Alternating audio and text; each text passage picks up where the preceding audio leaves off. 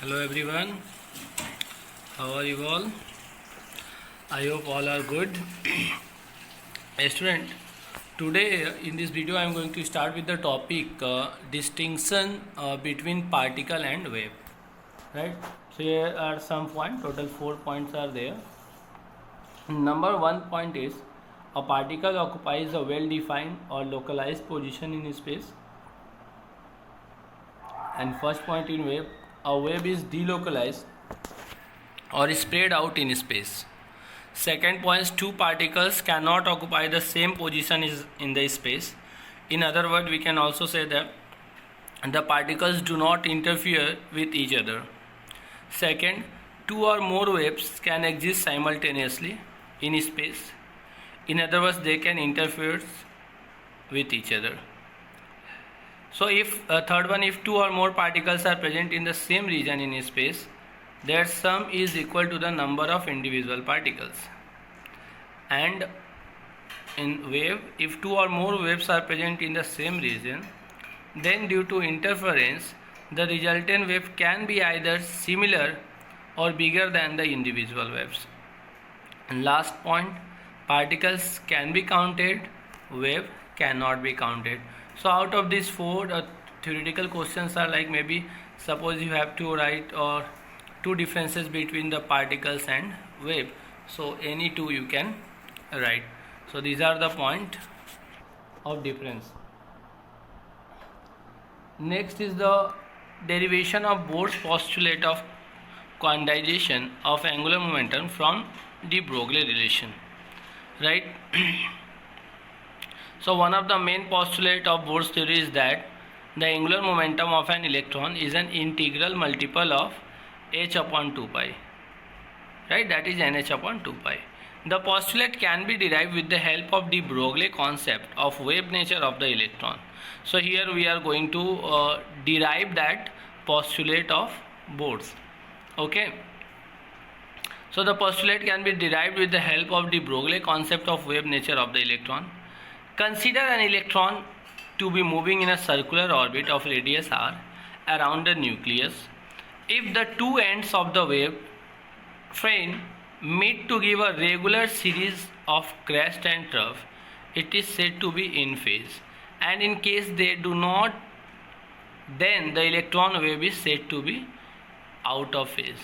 So if the wave motion is to remain continuously in phase, the circumference of the electron orbit must be integral multiple of the wavelength. Okay, so integral multiple of wavelength. This means that circumference of electron orbit equal to 2 pi r. The path is circular, so for circular path its circumference is 2 pi r, and according to the statement it is the integral multiple of wavelength, so we can write 2 pi r equal to n upon n lambda. Now lambda equal to 2 pi r upon n, and from the Broglie equation lambda equal to h upon mv. So now we can write lambda equal to h upon mv and lambda equal to 2 pi r upon n. By comparing these two, h upon mv is equal to 2 pi r upon n, or mvr is equal to nh upon 2 pi. Right? So here mvr represents the angular momentum of the electron, and the above relation proves that the angular momentum of the electron is an integral multiple of h upon 2 pi. That is, angular momentum of the electron is quantized. This proves that the de Broglie relationship is in complete agreement with the Bohr concept of angular momentum. So this is a kind of derivation, we can say, that is the derivation of Bohr postulate of angular momentum from de Broglie relation, and you can see here it satisfied it very clearly, right? That how mvr, that is angular momentum, how it is the n multiples of or integral multiple of h upon 2 pi. So suppose student, if you have to find the angular momentum of any orbit, so just changing the value of n, you can find the angular momentum of any orbit. Now let us discuss some numerical. The radius of the fourth orbit in hydrogen atom is 0.85 nanometer. Calculate the velocity of electron in this orbit. mass of electron is given. So student, from Bohr's postulate, the angular momentum is given as mvr is equal to nh upon 2 pi. Here we have to calculate the velocity. So from this expression we can write v equal to nh upon 2 pi mr. Now n is the 4 orbit, so n4, m which is given mass of electron, r is given in terms of nanometer, we just convert into meter. Now put all these values, n, h is Planck's constant, then pi 22 by 7 or 3.14, you can write any one, then value of m 9.1 into 10 power minus 31, and value of r. After solving we are getting 5.45 into 10 power 5 meter per second. So this is the mathematical form. How can we use this mvr, angular momentum form, in terms of nh upon 2 pi? So anyone can be unknown according to this question. It's not compulsory that always we are going to find the angular momentum only for any of the orbit. Yes, that question can be also possible, but here we are especially find velocity, and you can see how the other terms are given. Now some formulas for the calculation of radius, then velocity, then energy of nth orbit. So student, radius of nth orbit, the formula is Rn equal to a naught n square upon z, and Rn for hydrogen, like it is simple, Rn h atom upon z, and this Rn is 52.9 n square upon z picometer, right? And in term of nanometer, it is very simple, 0.0529 n square upon z. So in the main formula a naught n square upon z, we are getting the value of a naught, and which is equal to, in terms of picometer it is 52.9, and in terms of nanometer it is 0.0529. So it depends. So the main formula is a naught n square upon z. For hydrogen like particle we can also say z is the nuclear charge atomic number, so no need to write of that. But if any other element, other atom is given, in that case we have to put the atomic number of these elements. Okay. Now velocity of electron in nth orbit, then student, the formula is Vn, velocity in nth orbit, it is equal to V naught into z upon n. So once again, V naught is the velocity of electron in the first orbit of hydrogen atom, and it is constant value. V naught is 2.19 into 10 power 6 meter per second. Z once again it is atomic number, and n is the number of orbit. So by putting these values, we can find the velocity of electron in its nth orbit. Next, energy expression for hydrogen like ions. So students, energy in nth orbit is calculated by the formula minus 2.18 into 10 power minus 18 z square upon n square. So n is 1, 2, 3, 4, and z is the nuclear charge, which is equal to atomic number, right? So once again, for hydrogen like particle is the value of z is 1. Okay, so simply we can write 2.18 into 10 power minus 18 upon n square. Similarly, the energy expression of hydrogen atom and hydrogen like ions, when so this is the expression for finding the energy when an electron jumps from one orbit to another orbit. See student, in that situation what happens, any electron in its particular orbit, if they are getting some amount of energy or absorb some energy, it jumps to the higher orbit, right? And this higher orbit is called excited state, and the previous one is called ground state, because this is the stable energy. Okay, that is the minimum energy also we can say. So now in that situation, if an electron jumps from one orbit to another orbit, then what is the actual energy associated with that electron? That energy, how can we calculate? So that is very simple. It is a kind of difference in energy, that is the energy of one orbit to energy of another. So E2 minus E1. Now for E2 we can write the expression, and for E1 Also we can write the expression. Only the change is upon n2 square and upon n1 square. Now you can see we can take minus 2.18 into 10 power minus 18 as common and z square as common, right? So within the bracket 1 upon n2 square minus 1 upon n1 square. Now from the bracket part, if we can take minus common, then minus minus plus, okay, and the expression is going to change in form of plus 2.18 into 10 power minus 18 into 1 upon n1 square minus 1 upon n2 square into z square joule per atom. Student, once again, if it is hydrogen like particles, then the value of z is 1, and if you don't mention, if you not mention in that particular expression or in the formula, it's not going to so much effective. It's okay, right?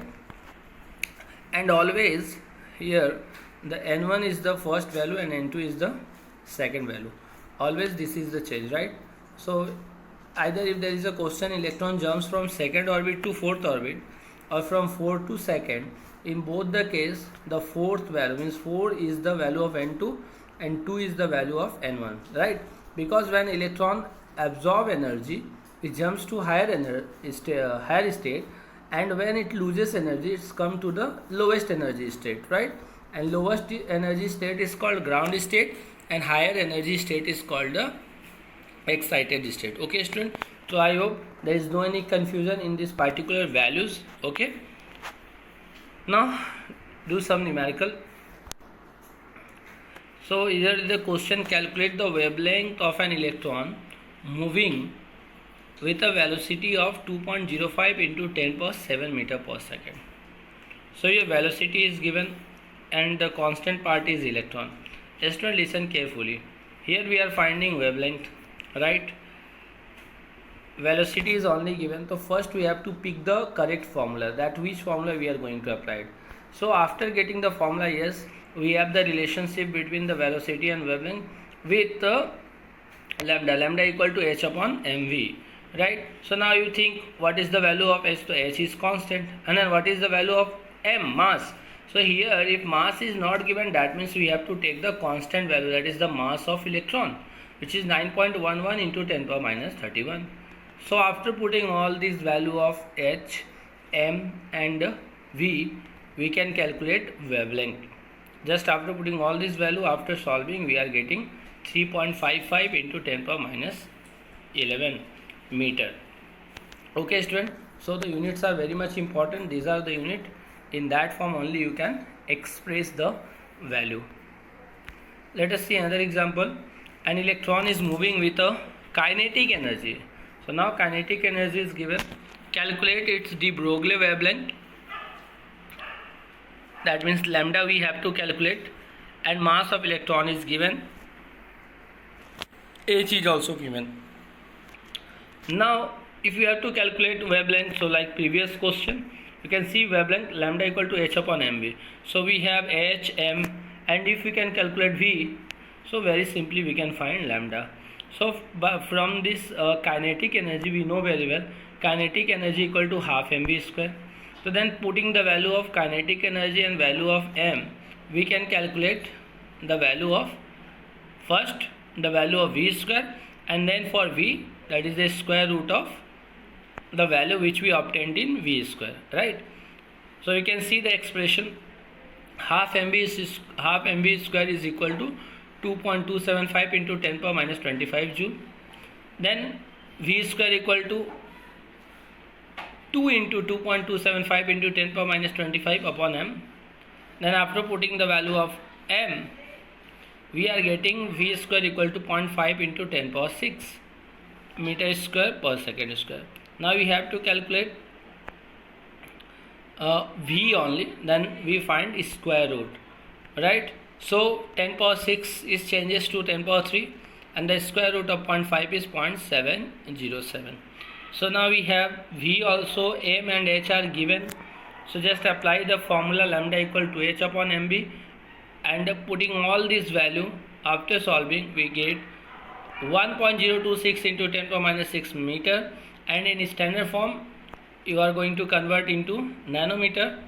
So we can write 1026 into 10 power minus 9, which is equal meter, which is equal to 1026 nanometer. So here we are just using the unit conversion from meter to nanometer.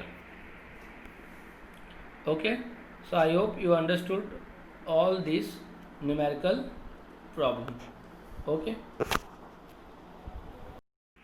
so after this numerical, the next problem is with what velocity must an electron travel so that its momentum is equal to that of photon of wavelength 5200 angstrom. Listen carefully. With what velocity must an electron travel so that its momentum is equal to that of a photon of wavelength 5200 angstrom. So here a comparing time equation question is there. We have to compare the one value with the another value. So according to de Broglie, lambda equal to h upon mv, right? And from here we can write mv equal to h upon lambda. This is the momentum of electron. mv is the momentum of electron. Now after putting the value of h and lambda, we are getting mv. That is equation 1. And after putting the value of h 6.626 into 10 power minus 34 upon 5200 into 10 power minus 10 meter, because we are going to convert angstrom into meter.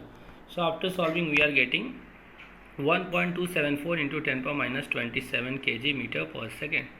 Now the momentum of electron can also be calculated as mv, and m is 9.1 into 10 power minus 31 because mass of electron is constant into v.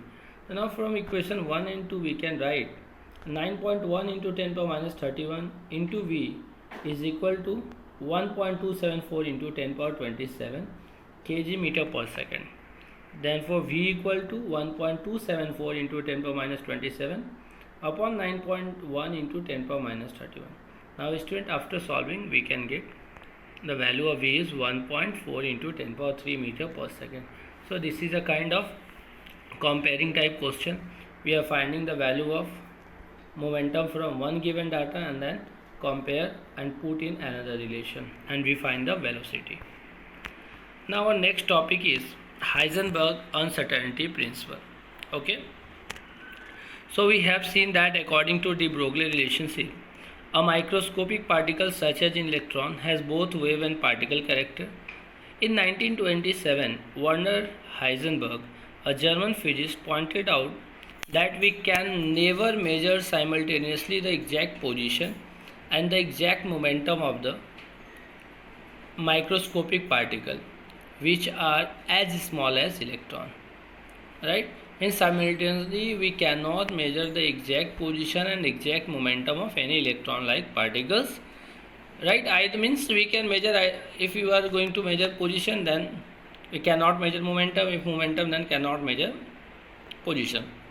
This is known as Heisenberg uncertainty principle. So very simply it may be stated as it is not possible to measure simultaneously the position and the momentum of a microscopic particles with absolute accuracy or certainty.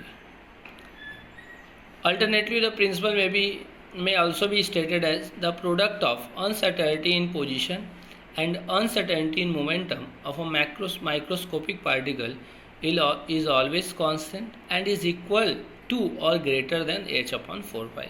So the mathematical expression of Heisenberg uncertainty principle is delta x into delta p greater than or equal to h upon 4 pi. And here delta x, that is the change or uncertainty in measuring exact position, and delta p or m delta v is the uncertainty in measuring exact momentum or velocity. Okay student, because momentum is going to change when velocity changes from v1 to v2, mass of the object is always constant. So this is the form, and generally we are using this mathematical form for numerical purposes. So we are using equal to sign instead of greater or equal, okay, during solution of numerical. So very simply the statement is, I hope statement is clear to all of you. Okay, so let us see the numerical. See here, an electron has a speed of 40 meter per second, accurate up to 99.9%, what is the uncertainty in locating its position? Mass of electron is given. So according to uncertainty principle, delta x into m delta v equal to h upon 4 pi. Here velocity is given as 20. That's why we convert that delta p in terms of m delta v. If directly suppose change in momentum is given, delta p is given, so no need to convert in m delta v. But here in terms of velocity is there and we have to find delta x. So we have to put m delta p instead of delta p. And we are getting delta x equal to h upon 4 pi m delta v. Here delta v is the 40 meter per second and accuracy up to 99.9%. So after this calculation, we are getting 4 into 10 to the power minus 3 meter per second. 4 into 10 to the power minus 3 meter per second is the delta v. Mass of electron 9.1 into 10 power minus 31. H, Planck's constant, pi 3.143. Student, if it is given directly that the uncertainty in velocity is 4 into 10 power minus 3, then no need of that calculation. But here percentage part is given, so we have to calculate according to this way. Now we have all these data, h, pi, m, delta v, just put in the above expression, and after solving we are getting 1.45 into 10 power minus 2 meter.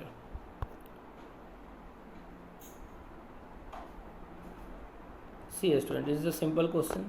Calculate the uncertainty in momentum of electron if it is confined in a linear region of length 1 into 10 power minus 10 meter. So here delta x is given. We have to find only delta p. So just apply the formula. Delta x into delta p is equal to h upon 4 pi. So delta p equal to h upon 4 pi into delta x. Put the value of h, 4 into 3.143, and delta x is 10 to the power minus 10, and after solving we are getting 5.27 into 10 power minus 25 kg meter per second. So this is the simple one, simple numerical, right? And if you see the expression, generally the unknown term is always from left hand side of the expression, because in right hand side the value of h and pi is constant. So either we have to find delta x, or we have to find delta v, or we have to find delta p. So if delta v is there, right, either the given or unknown terms, so we have to convert delta p in terms of m delta v. So in today's video I completed till uncertainty in position, and after that we are going to start with the second part of second chapter related to the quantum numbers. Okay, so I hope the topics are clear to all of you. If you have any question, you can ask me on the given link, and solve the assignment, right, which is given according to topic wise. Okay, it's very much helpful for you people. Thank you.